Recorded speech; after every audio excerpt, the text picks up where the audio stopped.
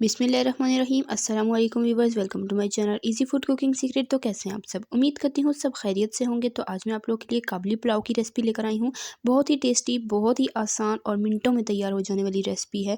बहुत आसान तरीके से आज आपके साथ शेयर करूँगी। कोई झंझट नहीं होगा, कुछ एक्स्ट्रा चीज़ें भी इसमें नहीं जाएंगी। बहुत ही कम सादा माइल्ड सी मसालों से बहुत ही टेस्टी पुलाव बनकर तैयार होता है।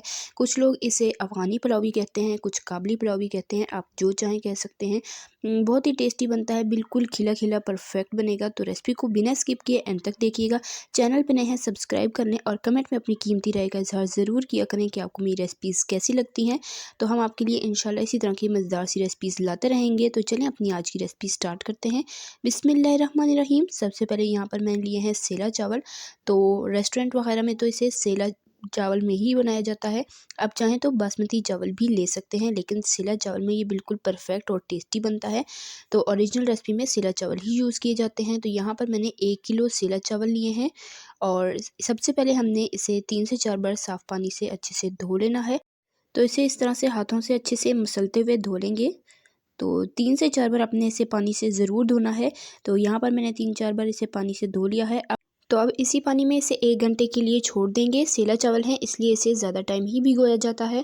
तो यहाँ पर बीफ देख लेते हैं। बीफ भी मैंने 1 किलो लिया है। 1 किलो हमारे चावल हैं, 1 किलो मैंने बीफ का इस्तेमाल किया है। और ये देख लें, इतने बड़े साइज़ की हमने इसकी बोटियाँ ली हैं। काबली पुलाव में बड़े साइज़ की ही बोटियाँ ली जाती हैं ओरिजिनल रेसिपी में। तो यहाँ पर मैंने इतने बड़े साइज़ की बोटियाँ ली हैं और ये 1 किलो है। इसे हमने अच्छे तरीके से धो लिया है और साथ मैंने बीच में 1-2 हड्डियाँ भी डलवा ली थी, उससे अच्छा सा टेस्ट आता है। तो रेसिपी की तरफ चलते हैं। यहाँ पर एक पतीले में हमने शामिल कर देना है कुकिंग ऑयल। कुकिंग ऑयल बहुत ज़्यादा इसमें नहीं जाएगा। यहाँ पर मैंने तकरीबन हाफ़ कप से थोड़ा सा कम कुकिंग ऑयल लिया है। फ्लेम ऑन कर दी है। अब इसमें शामिल करेंगे प्याज।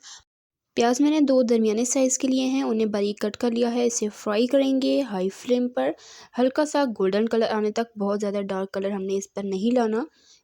तो यहाँ पर प्याज़ों को तकरीबन 4 से 5 मिनट के लिए मैंने फ्राई किया है और यहाँ पर आप देख सकते हैं इसका हल्का-हल्का सा गोल्डन कलर आ चुका है।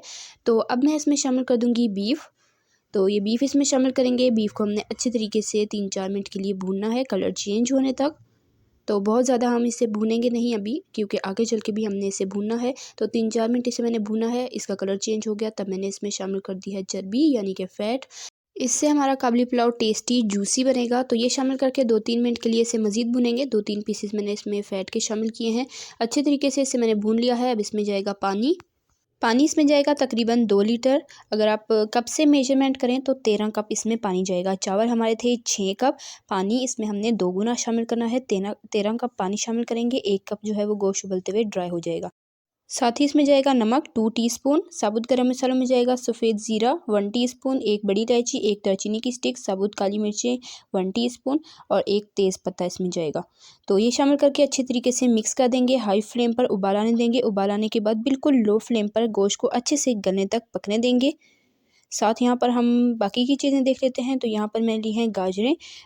तो गाजरें मैंने 3 अदद बड़े साइज़ की ली हैं और उन्हें बारीक लंबाई में कट कर लिया है, यानी कि जूलियन कट कर लिया है। कटिंग का आपने ख़ास ख्याल रखना है। साथ ही यहाँ पर मैंने ब्लैक किशमिश ली है आधा कप।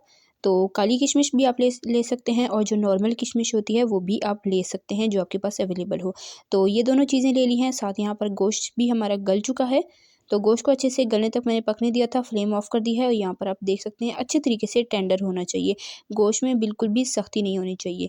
तो गोश्त यहाँ पर गल चुका है। अब हमने गोश्त को फ्राई कर लेना है। तो यहाँ पर एक कढ़ाई लेंगे, इसमें शामिल करेंगे कुकिंग ऑयल तकरीबन हाफ़ कप और यहाँ पर एक छलनी की मदद से हमने सारे गोश्त को निकाल कर इस ऑयल में शामिल कर देना है। फ्लेम ऑन कर देनी है और यहाँ पर सारा गोश्त शामिल करके इसे हमने फ्राई करना है जब तक ये गोल्डन ना हो जाए।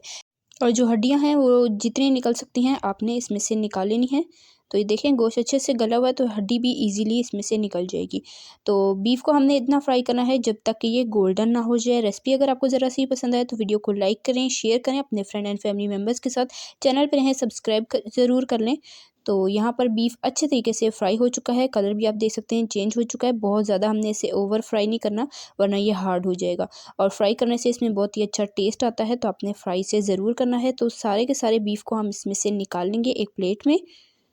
तो कलर भी यहाँ पर आप चेक कर लें हमने कितना रखा है और फ्लेम ऑन है। सेम उसी तेल में हमने यहाँ पर शामिल कर देनी है गाजरें जो हमने कट करके रखी हुई थी और साथ ही हम इसमें शामिल कर देंगे ये किशमिश यानी कि मेवा। तो ये दोनों चीज़ों को भी हमने फ्राई करना है अच्छे तरीके से, और साथ ही हम इसमें शामिल कर देंगे चीनी। तो इन्हें फ्राई करते हुए चीनी आपने ज़रूर शामिल करनी है, इससे बहुत अच्छा इसमें टेस्ट आता है। तो चीनी यहाँ पर मैंने ली है तकरीबन 3 चाय के चम्मच, 3 से 4 चाय के चम्मच हमने इसमें चीनी लेनी है। और अच्छे तरीके से यहाँ पर मैंने इसे 5 से 6 मिनट के लिए फ्राई कर लिया है। अच्छे से सॉफ्ट हो चुकी है, किशमिश भी अच्छे से फूल चुकी हैं। तो बहुत ज़्यादा ओवर फ्राई नहीं करना। तो यहाँ पर फ्राई हो चुकी हैं, इसे मैंने निकाल लिया है। और यहाँ पर यखनी को मैंने दोबारा से उबलने के लिए रख दिया था, तो बीफ इसमें से निकाल लिया, यखनी में दोबारा से बॉयल आने दिया है। बॉयल आने के बाद हम इसमें शामिल कर देंगे चावल, जो हमने 1 घंटा पहले भिगो कर रखे थे। इसका पानी हमने गिरा देना है और सिर्फ चावल इसमें शामिल करने हैं। चावल शामिल करके हमने अच्छे तरीके से इसे मिक्स कर लेना है। उसके बाद ढककर हाई फ्लेम पर इतना पकाएंगे कि चावल जो है वो नज़र आना शुरू हो जाएं, जैसे पुलाव में हम पकाते हैं। तो इसे ढककर हम इतना पकने देंगे। हाई फ्लेम ही रखनी है, अपने फ्लेम को बिल्कुल भी लो नहीं करना। तो यहाँ पर मैंने तकरीबन इसे 5-6 मिनट के लिए पकाया है, और आप देख सकते हैं चावल अब नज़र आना शुरू हो चुके हैं, लेकिन इसे मज़ीद 1-2 मिनट के लिए और पकाएंगे। तो यहाँ पर आप देख सकते हैं पानी अब इसमें बहुत थोड़ा रह चुका है। इस स्टेज पर हम इसमें जो गाजरें और किशमिश हमने फ्राई करके रखी थी, ये हम इसमें सारी की सारी डाल देंगे, और साथ जो हमने फ्राई करके बीफ रखा था वो भी हम ऊपर ही डाल देंगे। तो इसे डाल के मिक्स बिल्कुल भी नहीं करना, ऊपर डालकर ही हम इसे दम देंगे। दम में ये सॉफ्ट भी हो जाएंगी और चावलों में इसका अच्छा सा फ्लेवर भी आ जाएगा। और चावल हमने यखनी में पकाए हैं, तो चावलों के अंदर भी बहुत ही अच्छा सा बीफ का टेस्ट आएगा। और काबली पुलाव की ये बहुत ही आसान सी रेसिपी आज मैंने आपके साथ शेयर की है। ना आपको कोई एक्स्ट्रा मसाला भूनने की ज़रूरत है, ना इसमें टमाटर जाते हैं, ना ही कोई लंबा झंझट है इसमें। और बीफ की यखनी में हमने पुलाव बनाया टेस्टफुल सा, और सारी चीज़ें फ्राई करके हमने ऊपर डाल दी। अब इसे हम दम के लिए रख देंगे। 15 से 20 मिनट हमने इसे दम देना है, और दम के बाद ये हमारे चावल बनकर तैयार हो चुके हैं। पानी भी बिल्कुल ड्राई हो चुका है। दम आपने बिल्कुल लो फ्लेम पर देना है, ताकि चावल नीचे लगे नहीं। और ये देखें बिल्कुल खिले खिले परफेक्ट से हमारे यहाँ पर काबली पुलाव बनकर तैयार हो चुके हैं। अब इसे डिश आउट करते हैं, आपको दिखाते हैं इसकी फ़ाइनल लुक। तो देखा आपने, बहुत ही आसान सी रेसिपी थी, झटपट से ये तैयार हो जाते हैं, और कोई मुश्किल की रेसिपी भी नहीं है। तो आपने फ़ौरन से रेसिपी ट्राई करनी है। कमेंट पे अपना फीडबैक ज़रूर देना है कि आपको मेरी आज की ये आसान और मज़ेदार सी रेसिपी कैसी लगी है काबली पुलाव की। और चैनल पर नए हैं तो आपसे रिक्वेस्ट है, चैनल को ज़रूर सब्सक्राइब किया करें, साथ मौजूद बेल आइकन को भी प्रेस कर लिया करें। चावल आप देख सकते हैं कैसे खिले खिले और खुशबूदार टेस्टी बनकर तैयार हुए हैं। ये तो जब आप बनाएंगे तब आपको पता चलेगा कि ये कितने टेस्टी बने हैं। तो यहाँ पर ऊपर से हमने बादामों से इसे गार्निश किया है, डिश आउट किया है। गर्मा गर्म इसे सर्व करें। तो बहुत ही टेस्टी और आसान सी रेसिपी है, ट्राई कीजिएगा। कमेंट पे अपना फीडबैक दीजिएगा। चैनल पे नए हैं सब्सक्राइब कर लें। रेसिपी ज़रा सी पसंद आए तो लाइक करें, शेयर करें अपने फ्रेंड एंड फैमिली मेम्बर्स के साथ। तो इसी तरह की टेस्टी यमी रेसिपीज़ के लिए, सिंपल ईजी रेसिपीज़ के लिए, चाइनीज़ रेसिपीज़ के लिए, बीफ रेसिपीज़ के लिए, पुलाव रेसिपीज़ के लिए, बेकिंग रेसिपीज़ के लिए मेरे चैनल के वीडियो सेक्शन में जाएँ, आपको हर तरह की रेसिपीज़ मिल जाएंगी। ज़रूर देखिएगा। इंशाल्लाह फिर मिलेंगे नेक्स्ट रेसिपी में। अल्लाह हाफिज़।